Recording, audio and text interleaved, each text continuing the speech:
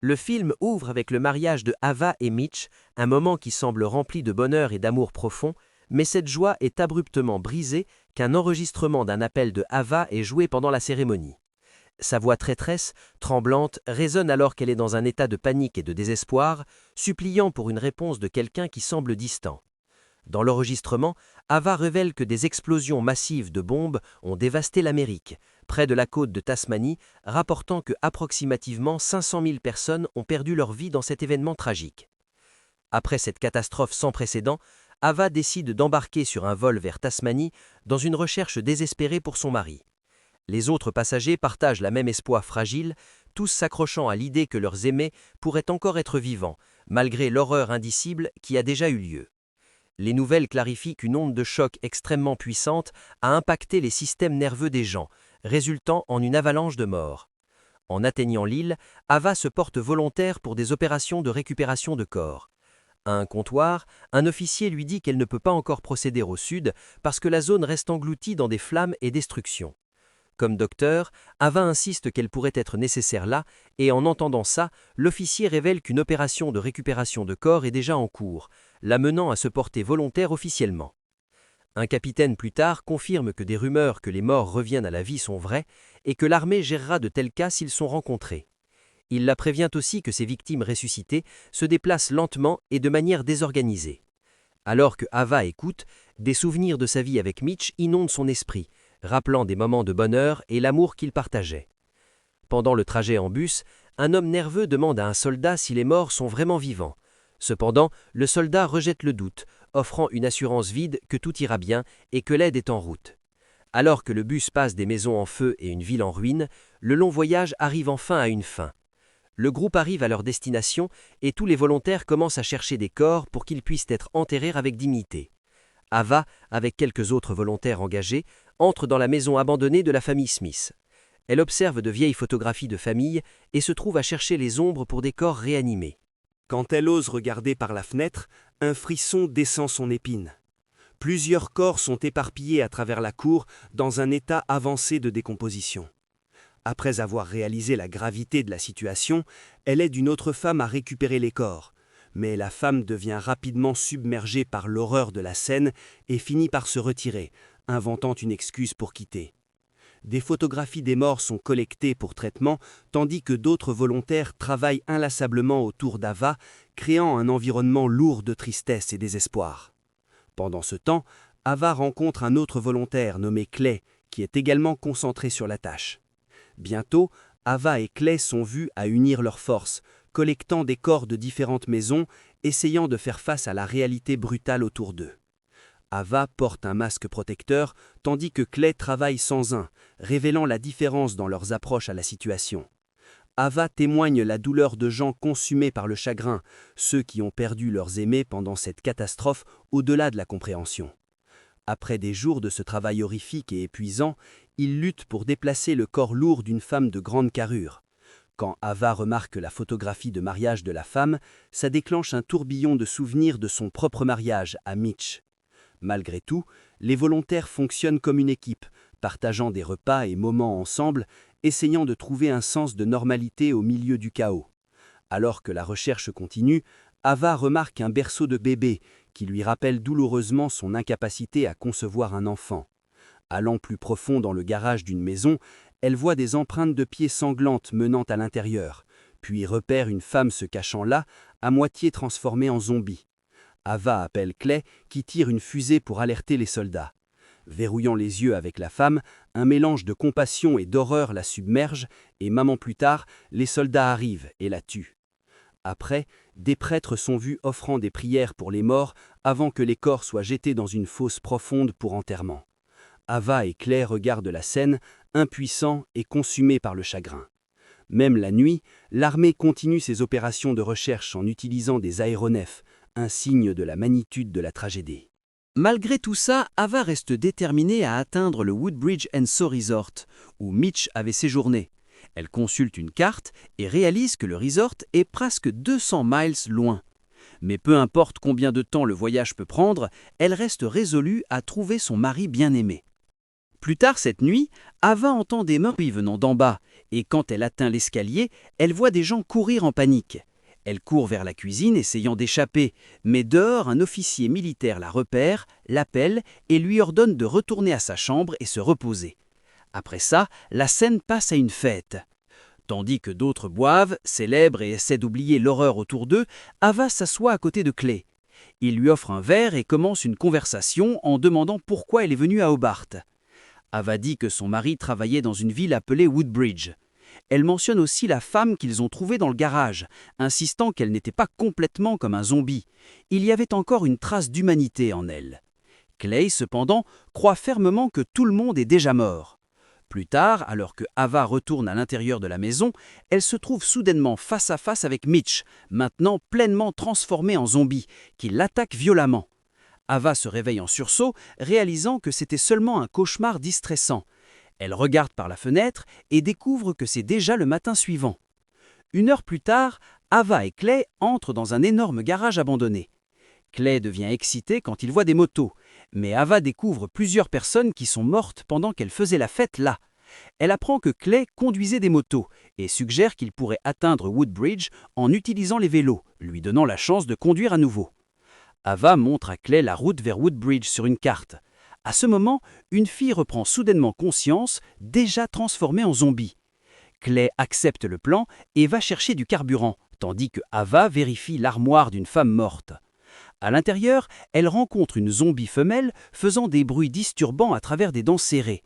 Clay réalise que Ava est dangereusement proche des morts-vivants et la prévient urgemment de s'éloigner.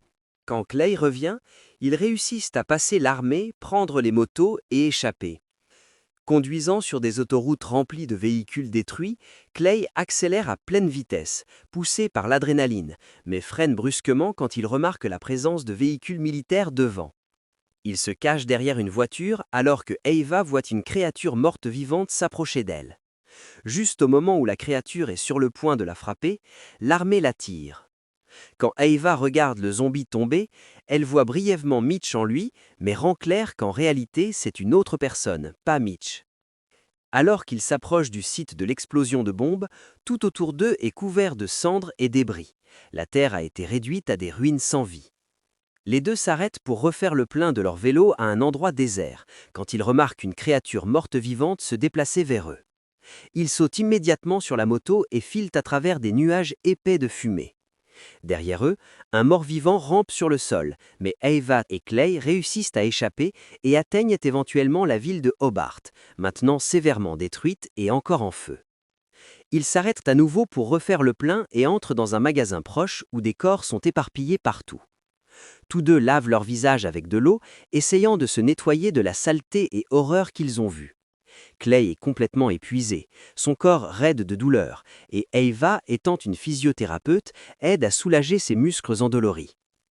Soudain, une créature morte vivante massive et terrifiante charge vers eux à pleine vitesse. Clay essaye de la combattre, mais alors que le mort-vivant arrive extrêmement proche, il semble certain que tous deux mourront à ce moment. Au dernier instant, un soldat nommé Riley apparaît et tire sur la créature, sauvant leur vie dans un acte héroïque. Quand le mort-vivant refuse encore de rester à terre, Riley l'achève avec un coup de couteau rapide et décisif. Riley demande alors pourquoi ils sont là. Ava explique sa mission de récupération de corps et révèle qu'elle est venue chercher son mari. Le soldat enferme Ava dans une chambre et prend Clay pour interrogatoire. Seule, Ava craque en larmes, se rappelant comment sa relation avec Mitch s'était lentement effondrée au fil du temps. Elle finit par s'endormir, seulement pour être réveillée par des pas insistants. Quand Ava court pour regarder, Riley revient seul et lui dit que Clay a échappé, la laissant seule, ce qui la remplit de désespoir.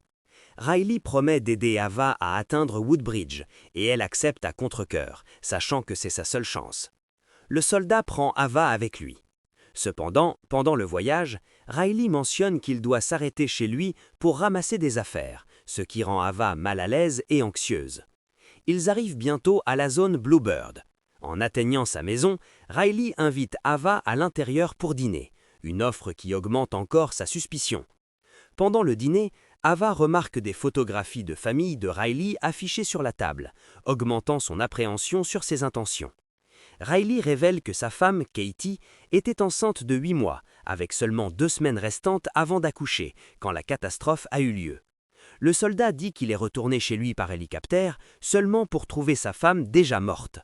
Il l'a enterrée lui-même dans une tombe, solidifiant ses blessures émotionnelles. Quand Ava demande quand ils partiront pour Woodbridge, Riley répond qu'ils le feront, mais seulement si elle accepte une condition spécifique. Plus tard, Ava porte les vêtements de la femme de Riley, mais refuse de mettre sa bague de fiançailles, un symbole d'union qu'elle refuse d'accepter. Riley entre dans la chambre et énonce sa condition. Il veut qu'elle danse avec lui. Alors qu'il danse, Ava est inondée de souvenirs d'une danse romantique qu'elle a partagée autrefois avec Mitch, la causant à dériver dans la nostalgie, et pour un moment, il semble comme si elle danse avec son mari au lieu de Riley, quelque chose qui la soutient émotionnellement. Soudain, Riley remarque que Ava ne porte pas la bague et insiste qu'elle la mette et danse à nouveau. Ava refuse, disant qu'elle en a fait assez et ne se sent pas confortable. Quand Riley essaye de la forcer, Ava frappe sa tête et échappe dans une chambre en panique, verrouillant et barricadant la porte derrière elle. À l'intérieur, elle découvre le corps de la femme de Riley allongé sur le lit, et la réalité de sa situation devient encore plus terrifiante. Dehors, Riley insiste que sa femme est morte vivante et se réveillera bientôt, suppliant Ava d'ouvrir la porte. Ava réussit à échapper par la fenêtre et voit un ensemble de clés sur une table dans le salon. Riley la repère de l'escalier et la poursuit furieusement. Ava se cache dans le garage, mais Riley la suit avec une lampe de poche. Alors que la lumière se répand, Ava est horrifiée de voir plusieurs zombies femelles enchaînés à l'intérieur du garage. Des tableaux et mesures pendent près, listant des noms, âges et détails, révélant la terrible vérité sur les expériences tordues de Riley. Il devient évident que Riley a gardé ses femmes mortes vivantes captives, et Ava est probablement sa prochaine victime. Choquée mais composée, Ava enlève sa bague et approche Riley, prétendant qu'elle veut se réconcilier et agir comme sa femme. Elle prétend qu'elle a perdu la bague et offre de la récupérer, essayant de gagner du temps. Alors que Riley approche, Ava se concentre sur les clés pendantes à son côté. Soudain, elle sort une arme et le poignarde à mort, culminant dans un acte désespéré de survie. Attrapant les clés, Ava démarre la voiture seulement pour voir la femme enceinte de Riley, Katie, debout devant, un fantôme de son passé. Ava l'ignore et accélère la voiture, et la tension monte avec chaque seconde. Alors qu'elle échappe, Ava se rappelle un souvenir douloureux d'avant le désastre, un moment quand elle et Mitch argumentaient alors qu'ils se préparaient à partir pour Tasmanie. Ava voulait le déposer à l'aéroport, mais Mitch refusait, l'assurant qu'il reviendrait dans une semaine. Des mots qui maintenant résonnent avec une incertitude dévastatrice, alors que le futur semble sombre. Retour au présent, Ava se réveille à l'intérieur de sa voiture à l'aube, la lumière du matin filtrant à travers les fenêtres. Elle sort, agrippe son arme et continue son voyage à pied vers Woodbridge, déterminée à ne pas abandonner. Un zombie court soudainement vers elle, et surprise, elle trébuche sur un corps, causant sa hache à tomber. Elle se cache à l'intérieur d'une voiture, mais le mort-vivant la suit à l'intérieur, initiant une lutte féroce. Utilisant un objet qu'elle trouve à portée de main, Ava réussit à tuer la créature, mais le coup émotionnel est haut.